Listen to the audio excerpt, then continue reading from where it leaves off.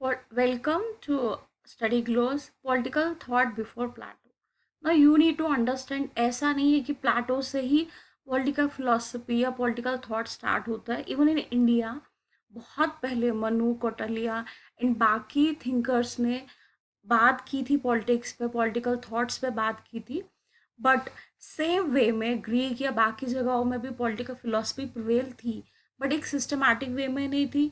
दूसरा, कभी किसी ने उसके बारे में प्रॉपर लिखा नहीं था.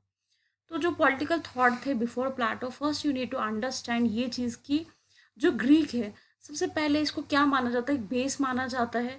और माना जाता है कि जो पॉलिटिकल फिलोसफी है एंशियंट टाइम्स की, वो ग्रीस से स्टार्ट होती है. इसको ग्रीक मैरिकल भी माना जाता है. ग्रीक में आपको एक चीज़ याद रखनी, एक तो वहाँ का क्लाइमेट काफ़ी अच्छा था, इंटेलेक्चुअल क्लास काफ़ी ज़्यादा थी, लोग एजुकेशन नॉलेज को काफ़ी इंपॉर्टेंस देते थे, और वो वर्शिप चाहे जिस भी मर्जी गॉड को वर्शिप करना चाहे वो चीज़ के लिए फ्री थे. रिटोरिक होता है एक ऐसा सिस्टम जहाँ पे आप क्या करते हो, ऐसा स्किल या ऐसा हुनर होता है राइटिंग या स्पीकिंग का, जहाँ पे आप लोगों को इम्प्रेस करते हो. इट्स नॉट नेसेसरी कि वो चीज़ सही है कि नहीं है, बट आपको दूसरों को इम्प्रेस करना है. और जो लोग इस चीज़ को यूज़ करते हैं उनको क्या बोला जाता है, ऑरेटिकल. ये वो लोग थे जो दूसरों को इन्फ्लुएंस करते हैं अपनी लैंग्वेज से, अपना वे ऑफ स्पीकिंग से. और यू नीड टू अंडरस्टैंड, आपका जो प्लाटो है उनसे पहले उनके गुरु थे सोक्रेटिस, और सोक्रेटिस से पहले एथियंस में थे सोफेट्स. अब ये सोफेट्स कौन थे? ये नॉन एथियंस थे, फॉरेनर्स थे, बाहर से आए थे. और ये क्या करते थे? बच्चों को पढ़ाते थे पॉलिटिक्स में कैसे पार्टिसिपेट करना है और अपनी स्पीच से कैसे लोगों को इम्प्रेस करना है. एथियंस पहले इतना ग्रेट नहीं था, लेकिन क्या किया था इन्होंने, इन्हें हराया था पेरिशियन वॉर में, बैटल ऑफ मैराथन में. उससे क्या हुआ था कि काफ़ी ज़्यादा फेमस हो गए. उनका जो इम्पीरियल एज था काफ़ी अच्छे से उभरने लगा. लोग इसके बारे में और ज़्यादा इसके प्रति क्या होने लगे, अट्रैक्ट होने लगे. बट ये चीज़ें लंबे टाइम तक नहीं चली. स्पार्टा ने एथियंस को हराया, और वहाँ पे जो एस्टोक्रेसी, एस्टोक्रेसी क्या होती है, जो फ्यू कुछ लोग जिस सरकार को चलाते हैं उसको एस्ट्रोक्रेसी कहते हैं. मोनार्की होती है जहाँ पे एक राजा रूल करता है. डेमोक्रेसी होती है जहाँ पे लोग रूल करते हैं. इसमें यहाँ पे एथेंस में क्या आती है, प्लूटोक्रेसी. प्लूटोक्रेसी का मतलब होता है वो एक तरीका, प्लूटोक्रेसी का मतलब होता है एक ऐसा तरीका या ऐसा वे जहाँ पे जो आपकी स्पीच है, आप एक्सपर्ट हो किसी नॉलेज में, और आप उस तरीके से क्या कर सकते हो, वहाँ पे रूल कर सकते हो, और वहाँ पे आप उस किंगडम को क्या कर सकते हो, आगे रन कर सकते हो. तो then we will understand one more thing. आपके जो प्रोटागोरस जो अपने आप को सोफेट्स मानते थे, इन्हें काफ़ी ज़्यादा किस में हासिल की थी, महारत थी ग्रामर में, आपका लॉजिक में. और ये लोग ज़्यादा से ज़्यादा डायलेक्ट्स वगैरह या प्रैक्टिकल चीज़ों पे इम्प्ली इनका ज़्यादा से ज़्यादा रोल कहाँ पे प्ले कर रहे थे, लैंग्वेजेस पे, डायलेक्ट्स पे, और लोगों को एक अच्छा रूलर बनाने के लिए. ये फॉरेनर्स थे, काफ़ी ज़्यादा टैलेंटेड थे, इंटेलिजेंट थे, काफ़ी वर्सटाइल थे, बहुत सारी चीज़ें सिखाते थे, काफ़ी एफिशिएंट टीचर्स थे. स्टार्टिंग में क्या हुआ कि ये लोग जो आपके प्रोटागर्स है वो कहते कंजर्वेटिव थे, मॉरल पॉलिटिकल फिलोसफी, और ये मानते थे कि जो भी टीचिंग्स होती है स्टेट की, वो स्पिरिचुअल सोसाइटी टुगेदर बॉन्ड होती है. और जो भी एक सोसाइटी होती है उसमें क्या सबसे इम्पोर्टेंट चीज़ है, जस्टिस, कि आप लोगों को जस्टिस कैसे प्रोवाइड करते हो. जो आपके लेटर सोफेट्स थे, ये क्या थे, रेडिकल्स थे. रेडिकल्स होते हैं जो एक पर्टिकुलर चीज़ पे स्ट्रिक्ट हो जाए और उसी आइडियोलॉजी को आगे फॉलो करना चाहते हैं, चेंजेस नहीं लाने चाहते हैं, कंजर्वेटिव होना चाहते हैं. और प्लाटो ने क्या किया था, इनको क्रिटिसाइज किया था कि ये लोग सिर्फ क्या करते थे, एक सिर्फ बोलने की नॉलेज से क्या करते थे, लोगों को इम्प्रेस करते थे और रूल करते थे, बाकी इन लोगों को ज़्यादा नॉलेज नहीं थी. सोफेट्स ह्यूमनिस्टिक थे. ह्यूमनिस्टिक का मतलब होता है वो फिलॉसफी जो ह्यूमन बींग्स के आगे पीछे रिवॉल्व करती है, जहाँ पे एक इंडिविजुअल, एक इंसान क्या होता है, एक इम्पॉर्टेंट रोल प्ले करता है. उसके बाद you will understand one thing, ये काफ़ी ज़्यादा स्केप्टिकल थे, हर चीज़ को क्रिटिसाइज करते थे, और ये मानते थे कि जो नॉलेज होती है वो एब्सोल्यूट नहीं होती है. हर जगह सेम लॉज प्रिवेल नहीं कर सकते, हर सोसाइटी डिफरेंट होती है, और हर सोसाइटी के अपने कुछ डिफरेंट लॉज होते हैं जो उसको बाकी सोसाइटी से क्या करते हैं, डिफर करते हैं. तो हमें जब भी लॉज बनाने हैं तो सोसाइटी के अकॉर्डिंगली हमें देख के बनाना है.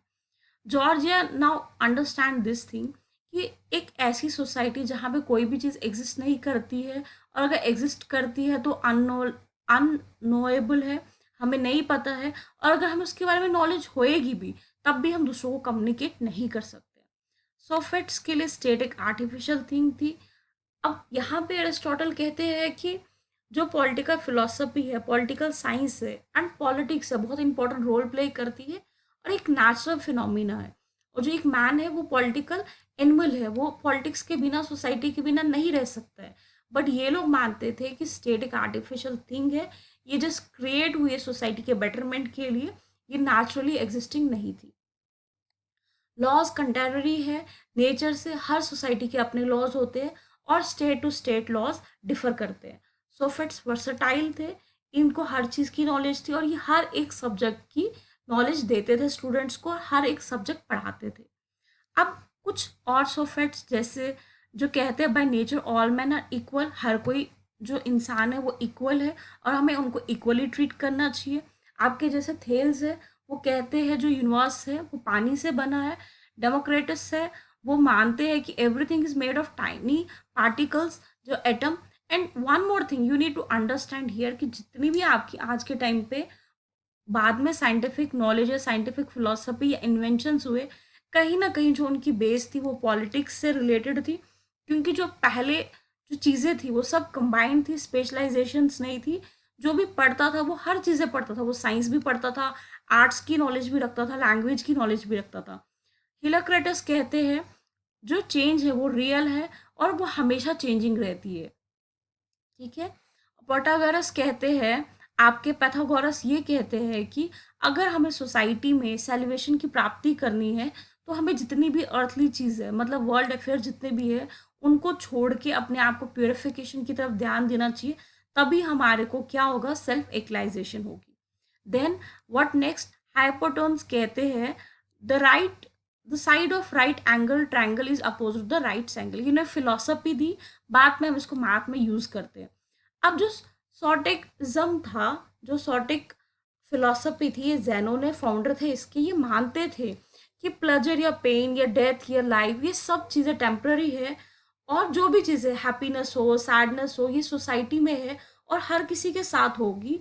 और आपको अगर आप लाइफ को अच्छे से जीते हो तो आपको फेयर नहीं करना है किस चीज़ से, डेथ, क्योंकि एक नेचुरल फिनोमिना है, इससे डरने की कोई बात नहीं है। बाकी फिलोसफर्स आए, उन्होंने डिफरेंट डिफरेंट चीज़ें दी, जैसे होमर आए, इन्होंने अपनी बुक्स लिखी, कॉमिक प्ले लिखा गया। अब कुछ और हमारे जो सोफेट्स थे, जैसे justice never in anything itself but it kind of compact not harm to be harmed. Justice एक ऐसा फिलोसफी जहाँ पे हमें सबको इक्वली ट्रीट करना है, ना तो हमें खुद को हार्म करना है ना तो दूसरों को हार्म करना है। थर्सरडाइज, इसके बारे में आप इंटरनेशनल रिलेशंस में भी पढ़ेंगे। इनकी फिलोसफीज ने क्या किया था, इन्होंने हिस्ट्री को लिखा था अनबाइस्ड वे में। बाद में जब हम रियलिज्म की शुरुआत करते हैं, मैकेलवी, थर्सर एंड रियलिज्म है, हॉबस की बात करते हैं। You don't need to worry, ये जस्ट एक बेस है, आपको इसको क्रैम नहीं करना है। और डायरेक्टली इनसे सवाल वैसे भी नहीं आते, कभी मैचिंग वगैरह में चीज़ें आती है। जस्ट इनको एक दो बार रीड कीजिए, समझिए, try to correlate it with other philosophers. और जब हम सिस्टमैटिक में थिंकर्स पढ़ेंगे, कहीं ना कहीं इनके बारे में आपको चीज़ें जानने को मिलेगी। इसलिए मैंने आपको पहले ही इनके बारे में थोड़ा सा आइडिया दिया। So don't worry, don't be panic, slowly and gradually you will understand them.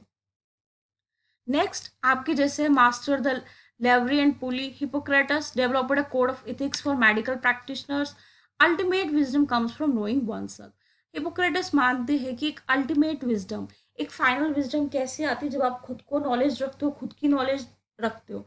अब one thing you need to understand here कि जितने भी ये सोफेट्स थे, ठीक है, इनका मेन मकसद था लोगों को ट्रेन करना। किस चीज़ के लिए ट्रेन करना, कि जो सोसाइटी है ये एथियंस में कैसे रूल करना है, कैसे राजा बनना है, कैसे शासन करना है। क्योंकि उस टाइम पे एथियंस में क्या था, एक आउटसाइडर, एक फॉरेनर कभी भी राजा नहीं बन सकता, तो ये वहाँ के लोगों को ही, वहाँ के स्टूडेंट्स को ही टीच करते थे। और ये अपनी जो प्रैक्टिस थी इसके लिए फीस लेते थे। और ये क्या करते थे, कुछ इलाइट क्लासेस को ही पढ़ाते थे, बिकॉज जिनके पास पैसा होगा ऑब्वियसली वही पढ़ने जाएंगे, जो लोग गरीब है वो तो इनकी फीसेस एफर्ट्स नहीं कर सकते। इसीलिए भी इनको बाद में सोक्रेटिस क्या करते हैं, क्रिटिसाइज करते हैं, क्योंकि वो अपनी एजुकेशन फी देते हैं और ये वो मानते हैं कि नॉलेज ही सबसे महान है, नॉलेज चेंजिंग है, वो जस्टिस को प्रिवेल करवाना चाहते हैं। And this is all about the political philosophy before Socrates and Plato. You need one thing to remember, NTA जब से पेपर कंडक्ट कर रही है वो बहुत सिस्टमैटिकली और चीज़ों को बेसिक लेवल पे चीज़ें पूछती है। फैक्चुअल नॉलेजेस कम पूछ रही है, बेसिक नॉलेज ज़्यादा पूछती है। और आपके पास एक और अच्छी अपॉर्चुनिटी है कि जो आपके पास पेपर सेकंड और पेपर फर्स्ट में पैसेज होते हैं, उसमें से आपके हाथ में मार्क्स है, बिकॉज आपको जो पेपर फर्स्ट है उसमें भी 10 मार्क्स आ जाते हैं, और पेपर सेकंड में भी वो लोग 2 पैराग्राफ्स पूछते हैं जो 20 मार्क्स के होते हैं। अगर आप चीज़ों को थोड़ा भी बेसिक लेवल से समझ के चीज़ों को जाते हो, वो 20 मार्क्स बिल्कुल आपके हाथ में है। बाकी रेस्ट भी चीज़ें एस्ट्रेशन बेस ज़्यादा पूछी जाती है। थोड़ी थोड़ी नॉलेज भी आप चीज़ों की रखते हो, तब भी आप इजीली मैच कर सकते हो, इजीली आप एलिमिनेशन मेथड से क्या कर सकते हो, चीज़ों को वहाँ से निकाल सकते हो। So wish you all the very best.